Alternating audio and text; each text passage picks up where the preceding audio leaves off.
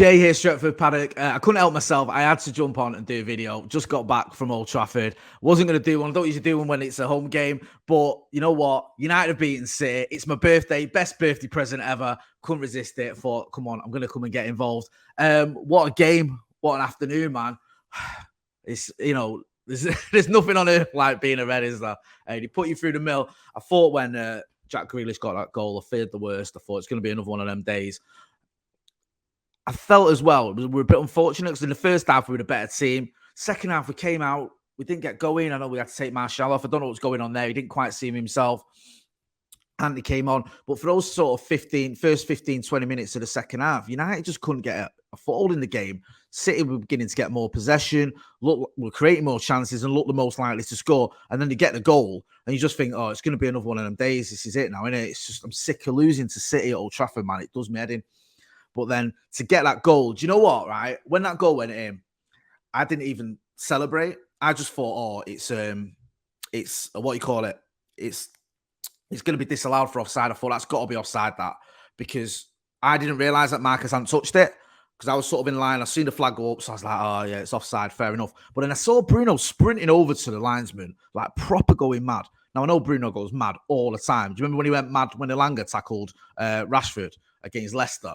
He was trying to get a penalty for that. But yeah, he was going mad. I'm thinking, is there something going on here? Do you know what I mean? Like, is there something where, like, there could be, it could be a goal or whatever?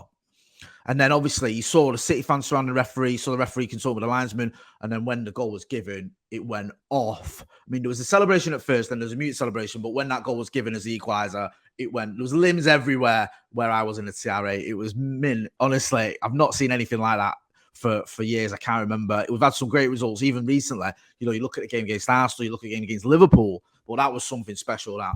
So to have that result the way it was, or that goal, sorry, the way it was, it just sent everyone doolally, myself included.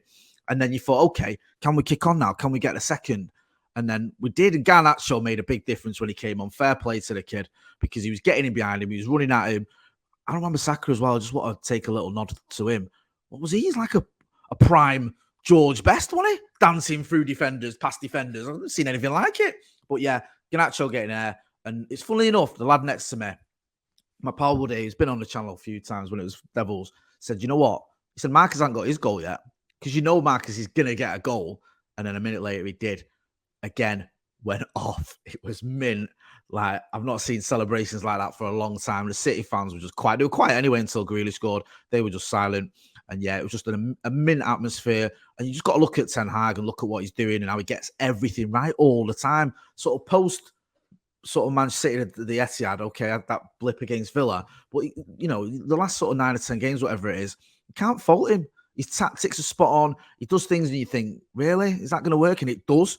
Now, when he does something, I think, yeah, that's bound to work. And you look at the tune he's getting out of certain players. You look at Luke Shaw, who's been absolutely rejuvenated as a centre-back. He looks amazing. I know he's playing well at left-back. Looks amazing. Aaron Wan-Bissaka looked like he was the forgotten man at one point. He didn't look like he had much of a future at Old Trafford. And now he's performing really well and getting games. Not just getting games, but he looks like he's improving his game. It looks like he's got little bits of his game you didn't really associate with him, like getting forward and going past players. And he just looks like he's got his confidence back. I think that's the big thing with Ten Hag. He's got everyone's confidence back. And it's just great. It's just so enjoyable at the minute, innit, being a United fan. Because we had a rough spell, didn't we, under Ralph Rangnick, to say the least. Things towards the end of Ollie's reign went horribly wrong. And then under Ralph Rangnick, they went even, worse. All those away defeats, the results against some of the bigger teams as well, losing at Anfield, the way we lost at the Etihad. Then now this season, we've had a couple of blitz, but the last 9 games, whatever it is, you can just see what Eric Ten Hag's doing. Now he's got us all going again, and it just feels great. It feels great being a United fan, doesn't it, at the minute, and just enjoying ourselves and looking at our rivals and looking at the meltdown from City fans on social media and at the ground as well. When that goal was given, when Bruno's goal was given, it's been pretty amazing. It's just hilarious, isn't it? It's not bad. Laughing at them lot. And yeah, this is what I've missed, man, because it was a bit doom and gloomy, wasn't it? For the last sort of 18 months, whatever it was. It just felt like, you know what, the Glazers are still here. There's all these issues. We've got certain players aren't performing. Certain players don't even want to be here. We've got a manager who's not being listened to. When we had Ralph Rangnick, it just felt pretty grim, didn't it? It felt like, you're like, what's going on? is this ever going to improve? And then it did, and it has done. It's improved massively. And you look at it and you go, you know what? This is a sort of spell we're having right now where I think if this continues, you can't help but see success under Eric Ten Hag. You just think this isn't like, in the past where we've had these little spells and you think, okay, if we get one or two injuries, then things might go wrong. Or is this man the manager is this manager the right man for the long haul? And you're not so sure. Like with Ole, there was always those question marks because of his CV. And I liked Ole Gunnar Solskjaer. I really did. I admired him a lot. And obviously I loved him as a player and I loved what he did as caretaker manager. But even in his first spell as permanent manager, there was that horrible run, wasn't there? And there was always those question marks. Ralph Ragnick didn't really work out. Jose, we had a good start, but there was always that thing of, even though we did well in the Cups in that first season, in the league it wasn't great. Then you look at what happened. Subsequent season, we were a distant second to City, and there was always these sort of little bits where he was falling out with people, whatnot. Van Gaal never really got going in terms of sort of title challenges and things like that. Look at what Eric Ten Hag's doing, and he's getting everything right. He's getting a tune out of the players. He's getting it right tactically. So you look at when he's changing things around, it always seems to work. There seems to be a confidence and an enjoyment there that we've not seen at Old Trafford or not seen at Manchester United for a little while. Don't get me wrong, right? I'm not saying we didn't have good days under Ole. We did. We beat City quite a few times under Ole at the Etihad anyway. We had big results under Ole Gunnar Solskjaer. There's no point pretending we didn't.